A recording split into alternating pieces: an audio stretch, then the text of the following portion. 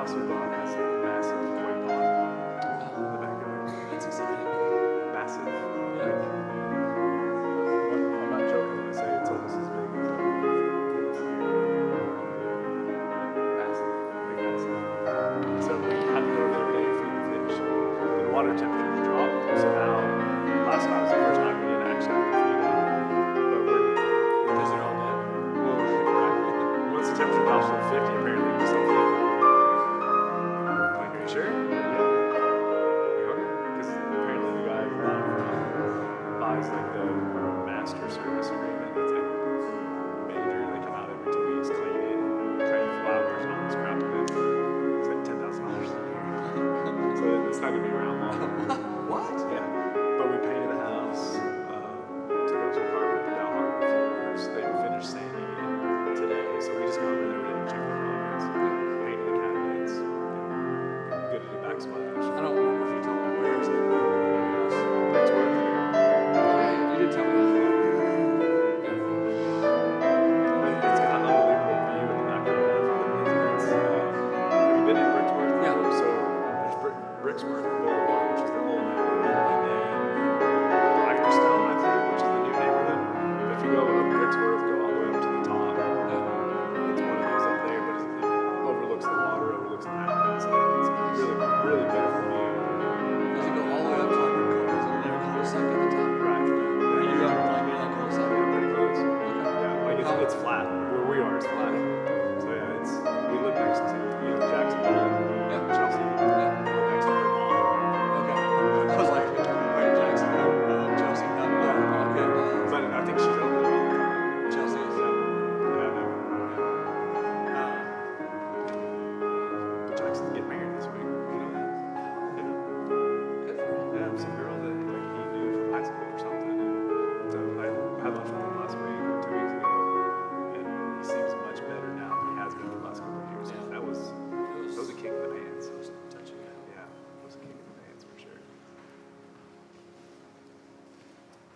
Thank you, Lynn. Hope you're Waiting around for calls.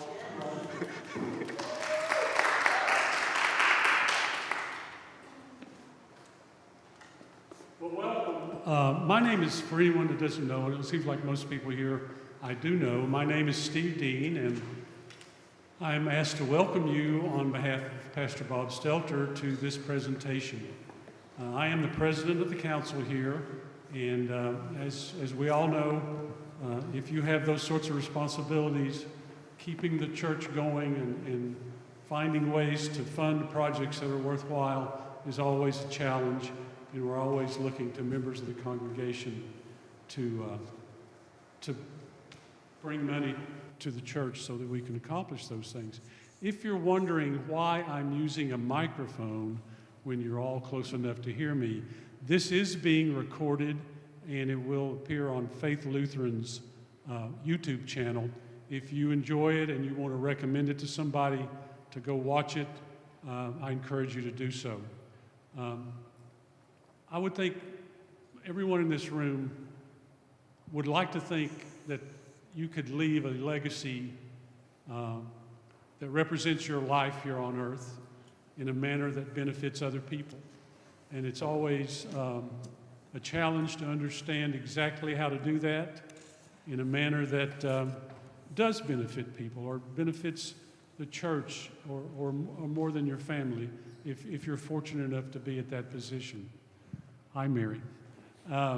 Anyway, that's what this meeting today is about, is to give us ideas of, as we near that time where we want to leave something, how do we do it the best way? I mean, do you just say, okay, here's a box of money, welcome to it, or are there other ways? Is there a certain amount that you need to give and for it to be valuable? Is there some way you can determine maybe how that money is spent or utilized, or all those sorts of things that we may have questions about? And that's why these two gentlemen are here. And they are both experts in advising people on what to do with their finances. And I will introduce first Michael LeMarbre. Even though there's an R-E on his name, there's no pronunciation. It's a French thing. Michael grew up in Hendersonville, Tennessee, and attended Tennessee Tech, where he obtained dual degrees in accounting and marketing. And then he went out, he passed the CPA and started to do public accounting. After a time, he moved in the CFO business, working for 2 banks, the last of which was Clayton Bank, and then he stayed with them until they were acquired, I believe, and then he set out on private matters. He joined Wells Fargo Advisors in August of 2018, and he has worked with Yancey Carter, and they are partners together as members of the Carter LeMarbre Financial Consulting Group of Wells Fargo Advisors, along with their senior client associate, Caroline Jones. The team manages approximately $400 million of assets held both inside and outside the firm. Michael lives in Knoxville with his wife, Becky, and their 4 children. He is an avid golfer, runner, and spends most of his time outside of the office watching and coaching his kids in sports and other activities. He remains active in the community through various nonprofit organizations and is a partner of Shoreline Church. Welcome, Michael. Thank you, Steve. He is joined by Kerry Speth. Kerry is the owner and president of Speth CPAs. His firm works with clients across the country with a large emphasis on East Tennessee. He loves building relationships and learning of the fascinating stories of individuals and business. Excuse me. Kerry received his BS/BA degree in accounting from the University of Alabama in Huntsville. I had this surgery thing that's kind of getting me now. And Master of Accountancy with a concentration in taxation from the University of Tennessee. I love his family. He lives in Knoxville with his wife, Ashley, and son, Asher. So welcome, Kerry, and if you want somebody and you say Ash, who comes? Both of them have that nickname, so it is challenging. All right. Well, thank you for taking the time to do this. I know we'll all be interested in what you have to say. Thank you very much. Thank you. Thanks.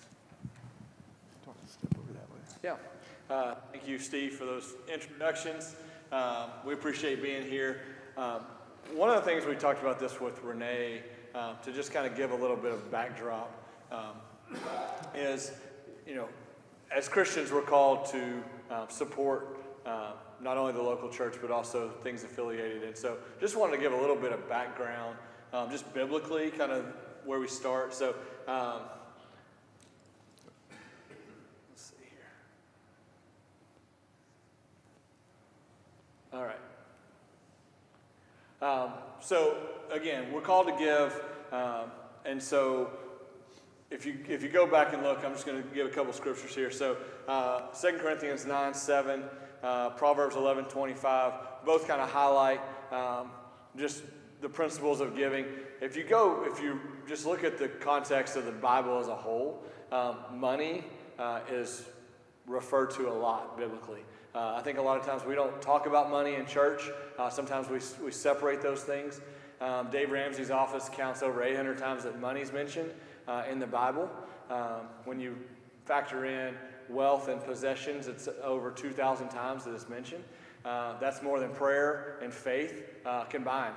And so it's really important. And I think more than anything, it's not just what do we do with our money, but it really kind of gives us a glimpse into the heart behind why we do the things that we do. So a lot of us have been blessed with material possessions, and so how can we use that to help others in need around us, further the kingdom? And so, one of my favorite with that regard is Malachi 3:10. If you look at Malachi, he actually, the scripture says that God is telling us to test him in this area. It's very, it's not common in scripture that God's asking us to test him, but he says, if you are generous with what that I've blessed you with, then I'll open up the windows of my storehouses and pour my blessings on you. And so I think that's just a testament to what we're called to do as believers, is to follow in good stewardship. And so, it's also, like I said, it's from a discipline standpoint, really kind of speaks a little bit to the heart behind it as well. An often misquoted, money is the root of all evil, is biblical and misquoted. The love of money is the root of all evil, and I think that's money is a tool. It's neither good nor bad, but our churches need money to run. Charities need money to operate. We need money to run our households. I need money to feed all 4 of my kids who are eating me out of house and home. So, I think the tool of money is just something that we can use to help the things that we want to support. Okay? And then why stewardship and legacy? Again, Steve alluded to this. What kind of legacy can we leave, not only currently, but also in the days and years ahead? So when we think about stewardship, as a responsibility, stewardship, especially in kind of a Christian worldview, we think about stewardship is what we're talking about here. The money that we're blessed with and how we can use that. The term stewardship is really just, speaks in general to someone that's been assigned to take care of something on someone else's behalf. And I think that's a great perspective of the money that we've been entrusted with by God to then be able to share that with other, not only our church, but other ministries that support the kingdom work. So, charitable giving, obviously the charitable giving piece of it, there's a lot of different ways to give, and we'll roll our sleeves up and get into those a little bit. There was, I guess it was maybe 4 or 5 years ago, there was some tax legislation about potentially doing away with tax deductions for churches, and that did not end up going through, but there were several conversations about how would that impact church giving. The hope would be that we give to our churches and to other charities and ministries because we're called to do that, not because we get a tax deduction for it. Now, with that said, I think there are certainly ways that you can do it that provide some additional benefits, tax advantages and so forth, that may be beneficial. So we'll talk about some of those things tonight. So,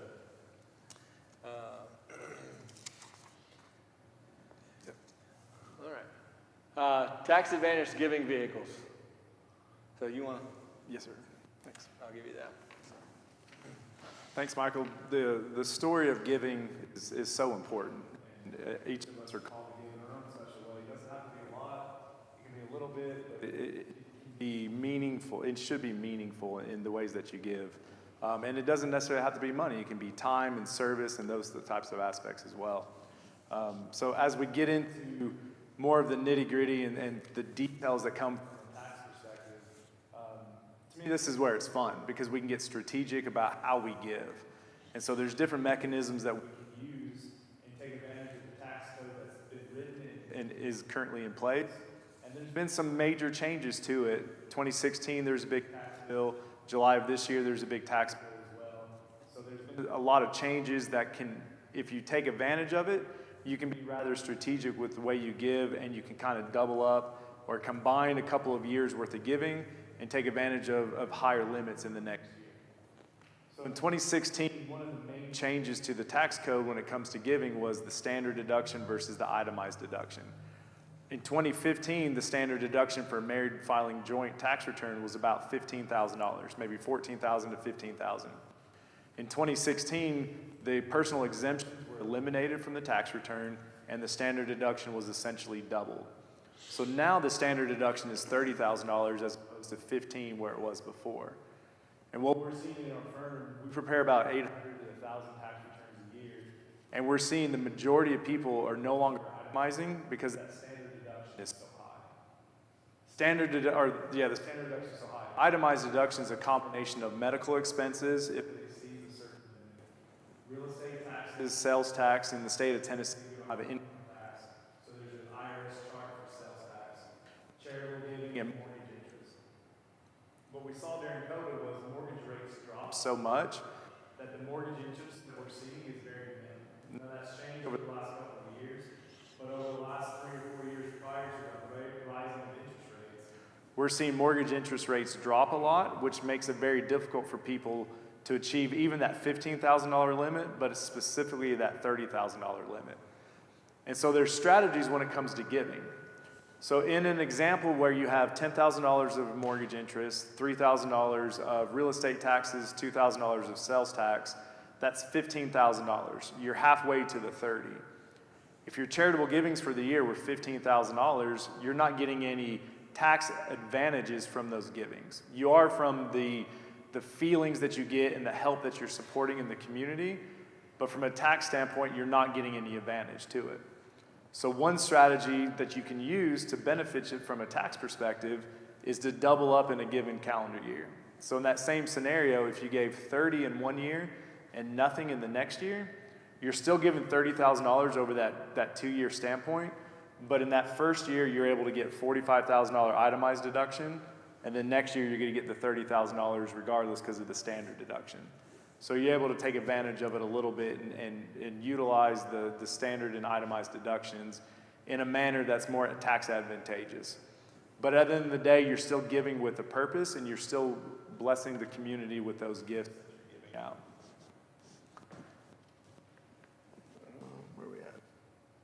Yeah, so that's how you're strategic with it. And of course, I have to tell you from a compliance standpoint, keep your documentation.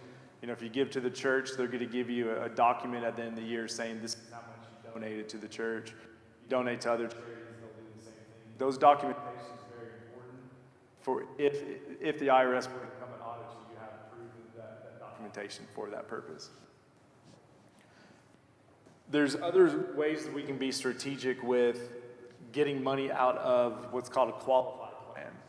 So if you have a 401k or if you have an IRA, money that you received a tax donation when you put it into those types of plans, there's ways you can pull that money out that's a non-taxable event.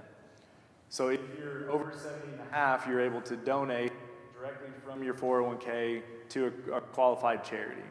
As long as it goes directly from the IRA to the charity, then that amount of money does not come into income to you.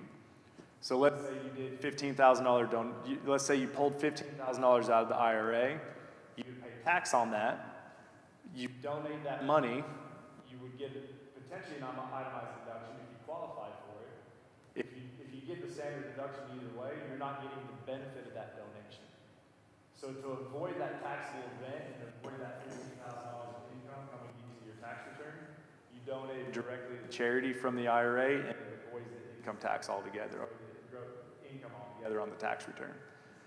That's something you should work with your financial advisor to make sure that they have the capability to make that donation directly and that they're properly recording that so that when you get that 1099, it signifies to us that you were able to qualify for that charitable contribution.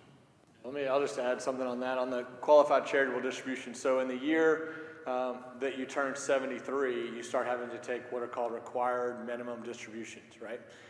And so if you've got to take $10,000 or $40,000, it doesn't matter what it is, that gets added to your income in the year that you take the required minimum distribution, right? If that RMD, you can still satisfy that RMD using the qualified charitable distribution. So we were actually meeting with a client this morning. They've got to take about $44,000 in RMDs, and so they needed about $20,000 of actual money for themselves, and then he said, I'm just going to give the rest of it away, and that was able to lower his taxable income in the current year. So if you are required to make a required minimum distribution at 73 or older, your financial advisor, whoever manages your account, will be able to tell you what that amount is, and you can satisfy the RMDs by using the qualified charitable distribution. The benefit there is, because that doesn't flow into your taxable income, obviously it reduces your taxes for the year, but it can also reduce your income base if there are other impacts of Social Security and things of that nature. So it can be very helpful if you're going to donate $25,000 to your church anyway, and you've got to do that in required minimum distributions, then you could take that and do it as a qualified charitable deduction, and you would still have your full standard deduction amount, and you would lower your income and not have tax. So if you're not itemizing, you're not going to get the benefit of the deduction anyway, And so if you take it directly from your IRA and bypass it as income, you can essentially burn the candle at both ends from an income and deduction standpoint. There are limits on it, so you can only do up to $100,000 in a given year, which is important because if you have a required minimum distribution, you're recognizing that income. If you're on Medicare, a lot of times the Medicare premiums are based on your income, and if you have to take a large withdrawal out of an IRA, it may push you into an IRMA situation where you have an additional premium on top of it because of your income. So there's multitude of different benefits of doing the qualified charitable donation associated with the tax return, not just the giving aspect, reducing potentially your overall tax bill, but also saving money on the Medicare premiums as well. Yep. Yeah, the qualified charitable distributions, it's really fairly simple to execute, and it kind of obviously depends on your financial advisor, and that person can walk you through that. But in our firm, we actually have you can get a checkbook for your IRA, and so you could literally just write a check to the church or charity of your choice, and then that would go through as a qualified charitable distribution. So it doesn't have to be complex to be able to take advantage of the tax benefits of giving a qualified charitable distribution. Donor advised. Yeah.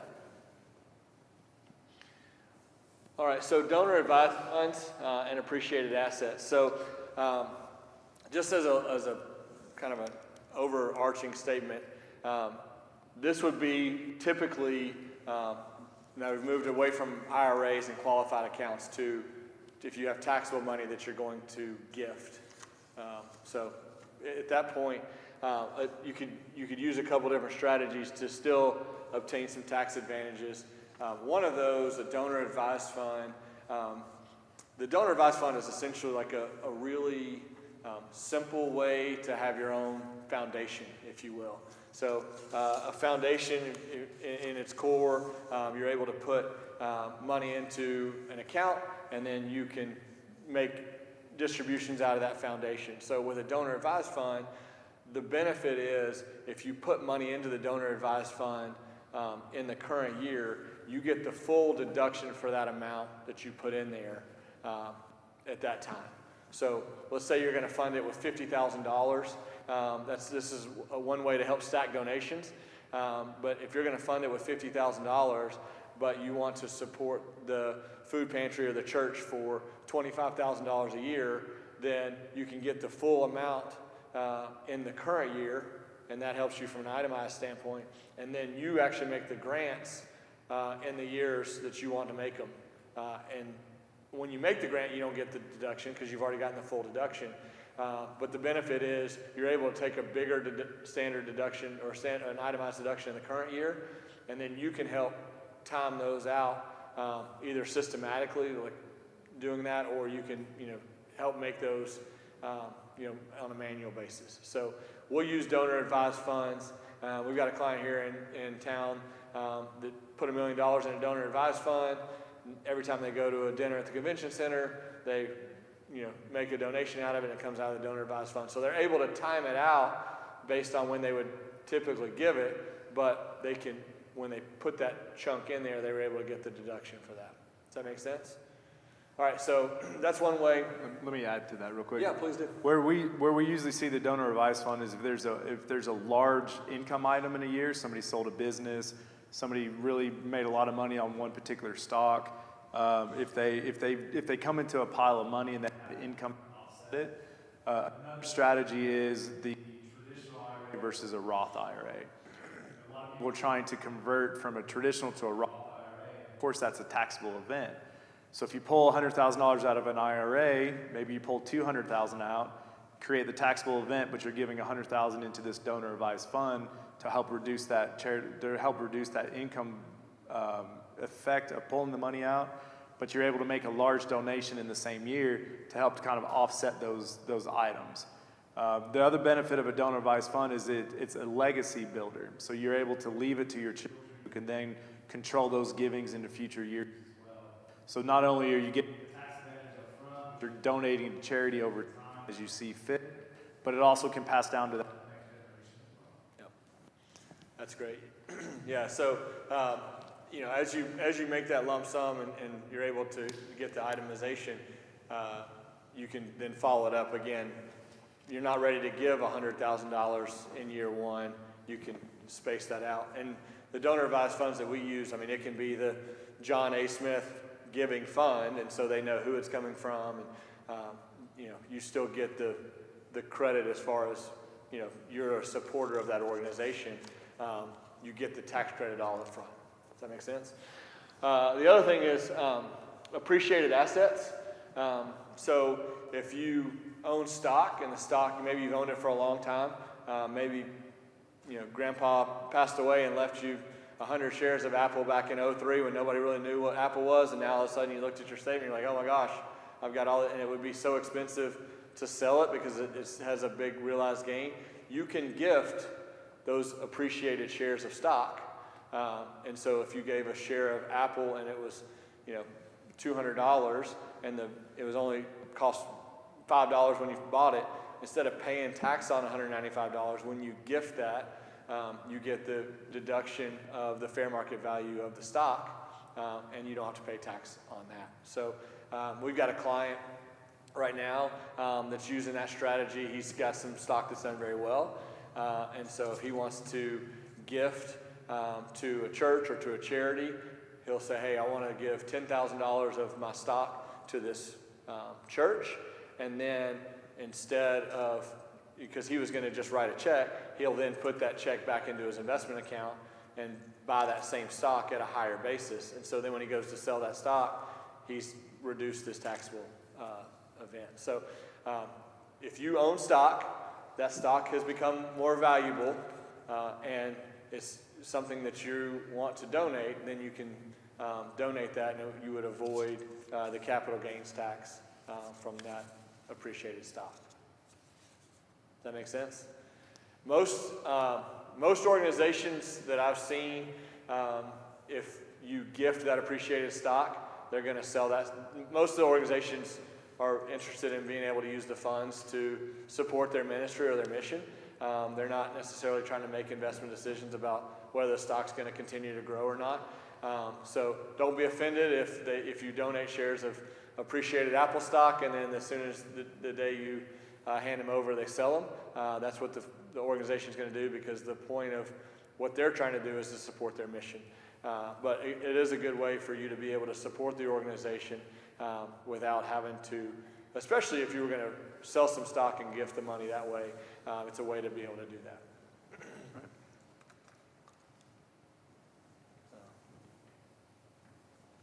So strategies for retirees and high-income givers. It's a little repetitive as the clicker's not working. I told you should have given him the clicker. I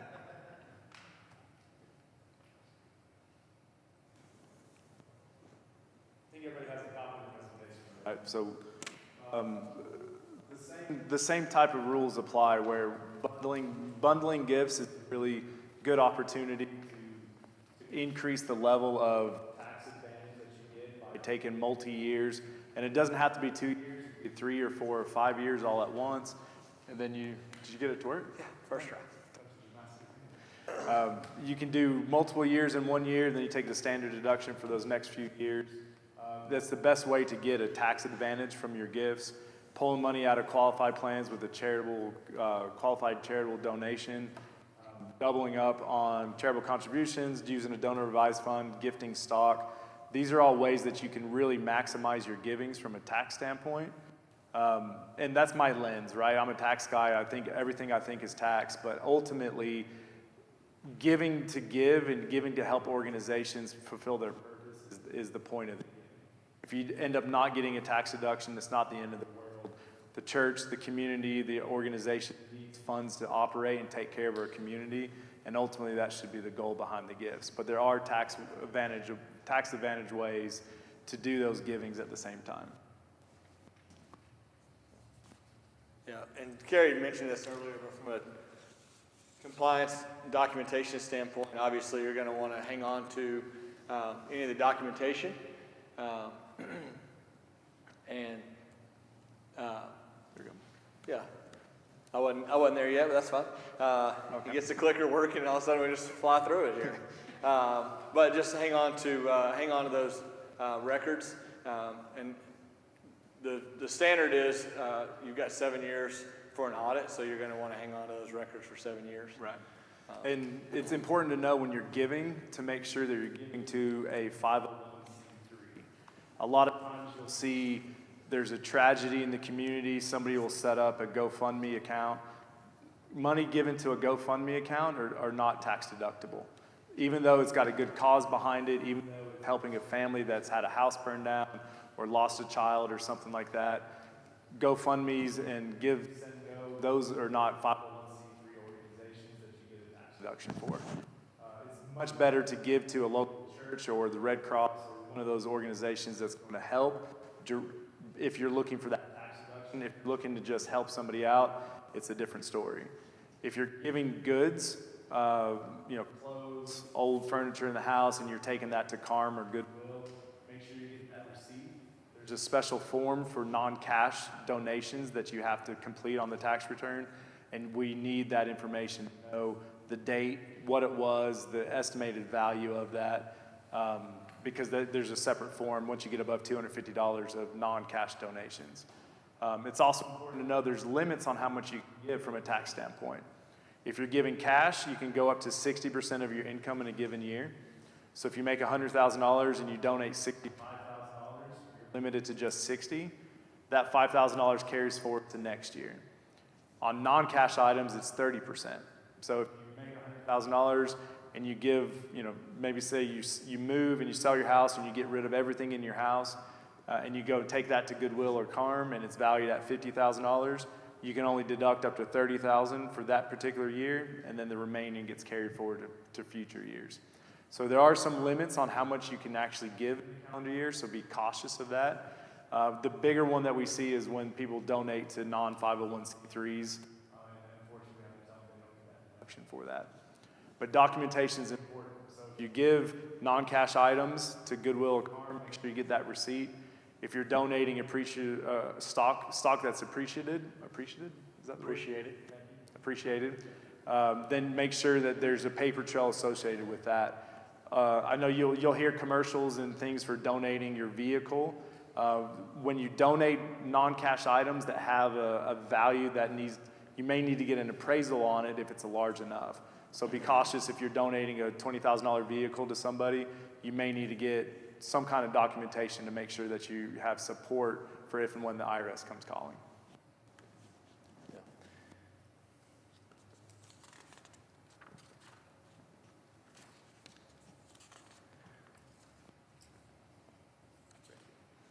Yeah, I guess I broke it now.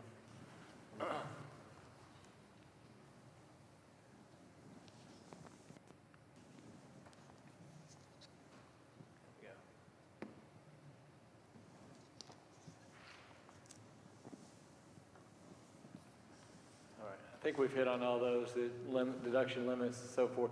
I was just one of the slides that we skipped past. And I touched on this already, but I just want to reiterate, giving appreciated stock, especially to an organization that can handle that, can obviously have some tax advantages and some benefits. Sometimes an organization doesn't have those mechanisms in place, and it can just be simpler to give cash. So I would just want to touch on, it's not always easier just to give somebody appreciated stock. Some, especially smaller organizations, may not have that capability. So I would just check on that before you get too far down the road on that piece.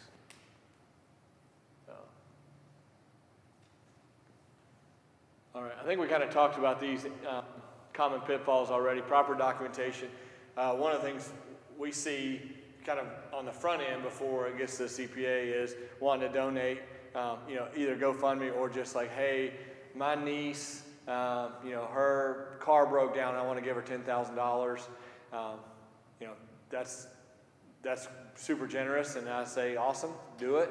But from an actual giving to a 501c3, qualified charitable deductions, those kinds of things, they would need to go to a formal charity. Does that make sense?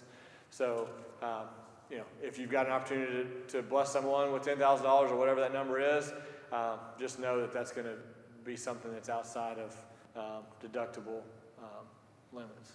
So asset evaluation, we talked about timing and planning. All right, I think so. That's all the kind of prepared remarks we have. Anything else you want to add to that before we open the floor for questions? All right, yes, Steve. If you want to get real estate, are there pitfalls involved with that? Is it immediately available to the organization, or how does that work? Sure. Yeah. CPA. It works very similar to donating stock.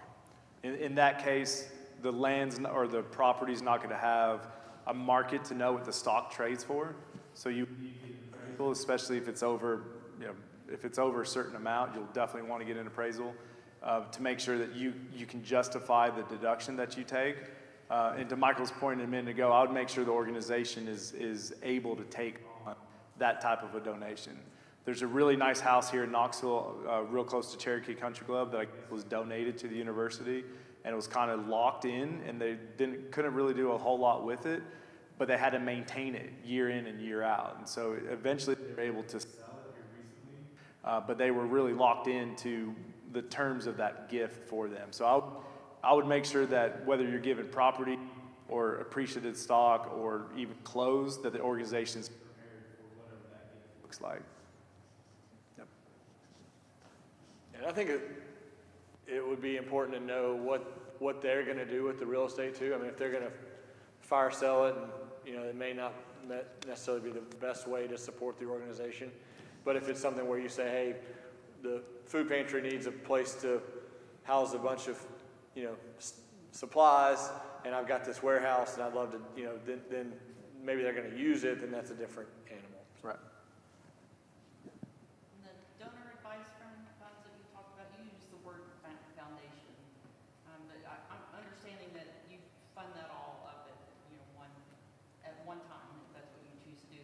But then you have a period of time to disperse. And Correct. Those are Yeah. qualified organizations that are 501c3s. But let's say that you pass and you have, $200,000 in there. Yeah. How does that pass on to you? Yeah, so I'll address that in two parts, and I'll repeat the question just so you guys can hear. So she asked how the funding of the donor advised fund works. Is it similar to like a foundation, because I use that word, and then what happens if you pass away and there's still funds in the donor advised fund? So number one, you can fund it all up front. You can also add money into a donor advised fund on an ongoing basis. So the client that I mentioned that put $1 million in, they'll routinely come back at the end of each year, kind of depending on how their company that they own does, and they'll add money back into the donor advised fund. So one of the benefits of the donor advised fund that we talked about was the stacking of the donations. And so it's super helpful to fund it with a little bit larger chunk if you're trying to get the itemized deduction, but it doesn't have to necessarily be that way. The reason that some of our clients are using the donor advised funds is more about the timing of when they want to make the gift, and they haven't decided all the charities that they're going to support and the amounts that they're going to support, but they know that they want to give $1 million away each year. Then they'll make some of those donations before year end, and then they'll put the rest of it in the donor advised fund to get the deduction in the current year, and then they'll give those out in future years. So you can fund it all up front, you can add to it over time, and then you can make those gifts as you see fit. If you pass and there's still money in the donor advised fund, you're essentially going to name a successor trustee, if you will, kind of like you would with a trust account, and then that person is able to request gifts on behalf of the fund. So your heirs would then have a pile of money that the deductions have already been taken for that, but they're able to direct those gifts. One of the other things that we don't talk about much within a donor advised fund is if you so choose, you can invest the money within that donor advised fund. So if you put $100,000 in and you invest it in, even if it's a money market fund right now that's paying 4%, at the end of the year, if you've got $104,000, that's additional funds that you can then distribute. And those, because the donor advised fund's a non-taxable entity, you wouldn't get that income, but that is more money that you can give away. So it's another way to add additional giving power within the confines of the donor advised fund. Did that answer your questions? Yes, thank you. All right. Another plus of the donor advised fund is you can set up recurring donations. So that's like for the church, people want to give monthly, don't have to give large amounts. Sure. You can set it monthly. Yep, that's a great point. So the donor advised funds can be given out systematically. They can be given out monthly as a tithe or so forth, or you can support it. If you support the food pantry or CARM or something like that, and you want to give them $150 a month, to your point, it doesn't have to be large amounts. It can be systematic. You can set that up to do that systematic. That's a great point. Yes, ma'am. Does that fund have to have a minimum balance? Like, to open it? The ones, I've seen them as low as a $10,000 minimum balance. So effectively, no, because if you're going to do less than that, then you're probably not going to need a donor advised fund. I don't know if you've got any other points on that, but Most of the ones that we work with, the minimums are at a point where, to Michael's point, that if you're going to do $1,000 to donor advised fund, give the $1,000 gift. Right. yeah, but we've got access to ones that are as low as 10,000. So when you're thinking about in a $30,000 situation where maybe you're trying to stack, I mean, you're gonna exceed that $10,000 threshold. Right, I just meant like if you distribute and you carry over, is there a minimum balance? Like, do you have to maintain a certain balance in that? Oh, on the one that has the $10,000 minimum, I think to keep the fund open, I think you've got to have like 2,000 in there. They do have a minimum to keep it open. At some point, it becomes not, if you get it down to $78, then it's probably worthwhile to just close it out or fund it back up. But there is some sort of an ongoing minimum balance to keep it open. And if it's one of those, if you open the donor advised fund because you have you sell an entity or you sell a business and you put $150,000 in there and you give away $30,000 a year for 5 years, and you whittle it down, you're not going to add to it, then close it out and it's kind of run its course. Yes, Steve? Churches this size typically don't have a financial person to seek those opportunities or see opportunities that might be out there. Is there any way that you can advise a church to be savvy about offering such incentives to someone who wants to give? We're a small church. Sure. What would you advise administratively for someone our size to try to do to connect people? Right. Other than this meeting, I was going to say host a seminar and explain the benefits. No, I think the more that you can talk about it, the more that it becomes known what the capabilities are. I think ultimately, if you guys can accept appreciated stock donations, and if you can't, we can certainly help you figure out how to do that. But just make that known. I think sometimes as a congregation, we kind of just get in the routine of what we've always done. And so if we bring up, hey, especially this time of year, because there's some folks maybe in our congregation that are looking at year-end giving, if you have a newsletter or something of that nature, and you can just talk about, hey, if you're looking at year-end giving and you have appreciated stock, we're happy to talk to you about that. I think those kinds of kind of plugs, if you will, may be beneficial for getting people thinking about, oh, I do have that stock, and I was going to sell it and I was going to have to pay taxes on it, but if I could gift it and let the church sell it, then that could cover a whole year's worth of ministry in something, and it may just get the wheels turning. I'm almost sort of hinting at if you have clients that are looking for opportunities. Sure. please consider, you know, we could put together a nice package, I'm sure. Fair enough. Fair enough. Good to know. I'll keep that in mind. I'm sure you don't know of any other churches like that, so. I'm not familiar with any that are willing to accept donations usually. You know, most of them say, no thanks, we're all full. Michael, Kerry, any thoughts on using insurance policy, signing over life insurance policies with the charitable organization as a beneficiary, or choosing to buy a life insurance policy specifically so that the organization can be the beneficiary? I'm asking, I had a specific situation where a donor, I was helping a camp, and a donor came and said, I want to cash out my life insurance policy. My first thought was, no, hold it until you... That would be my first thought too. Okay. Yeah, so the question, you know, how could you use life insurance? You know, companies will use like a key man life policy. You could do something similar here where, so under the insurance code, you just have to have an insurable interest. And so, you know, if you're a congregant here and you say, hey, I want to buy an insurance policy that has a death benefit of $100,000, and so when I pass, that's going to make a gift to the church on my behalf, that would be something that you could do, you know, to be able to do that. You know, signing over, you know, basically making the church or a charity the beneficiary of a life insurance policy. One of the things that we didn't talk much about was when you're doing your estate planning. You know, it's another way to be able to leave that legacy. Steve, you alluded to it in the introductions, but you can leave a legacy after your passing through your estate. So, you know, leaving a portion of your estate to the church or to other charities.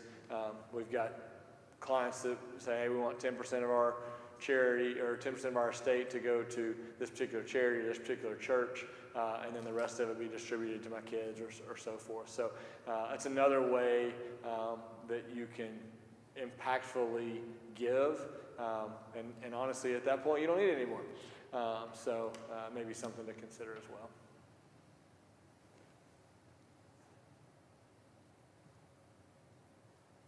Well, thank you.